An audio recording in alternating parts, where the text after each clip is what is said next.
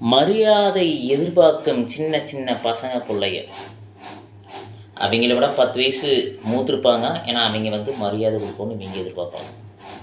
வா போன்னு பேசக்கூடாது, நீ நான் பேசக்கூடாது, வாங்க போங்கன்னு பேசணும். இது எந்த விதத்துக்கு நியாயம் நல்லா தெரியாது. 10 வயசு நம்மளால மூத்திருப்பாங்க. அவங்க வந்து வா போன்னு பேசக்கூடாதும்பாங்க, வாங்க வாங்க தான் பேசக்கூடாதுன்னா அந்த இடத்துல நட்பும் இருக்காது. அதை நல்லா கேட்டுக்குங்க. உங்களுக்கு கீழே அவங்க வேலை செஞ்சால் மட்டும்தான் சாரு மேடம் எல்லாம் சொல்லுவாங்க. ஓகேங்களா? ஏன்னா நீங்கள் ஏதோ ஒரு வேலை கொடுக்குற மாதிரி சொல்லுவாங்க.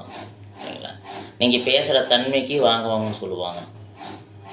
இது 99% உண்மையான விஷயம்.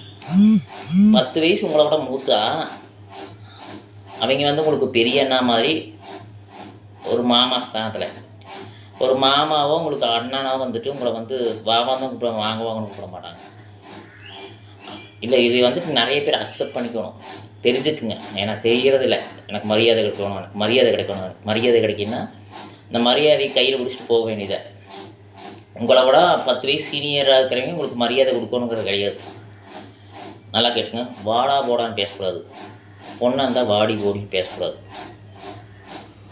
தேவையில்லாத கெட்ட வார்த்தைகள் பேசக்கூடாது, மனசை கஷ்டப்படுத்துகிற மாதிரி பேசக்கூடாது, கேலியாக பேசக்கூடாது, கிண்டலாக பேசக்கூடாது. இப்படி பேசாமல் இப்படி வேணும் பேசலாம்.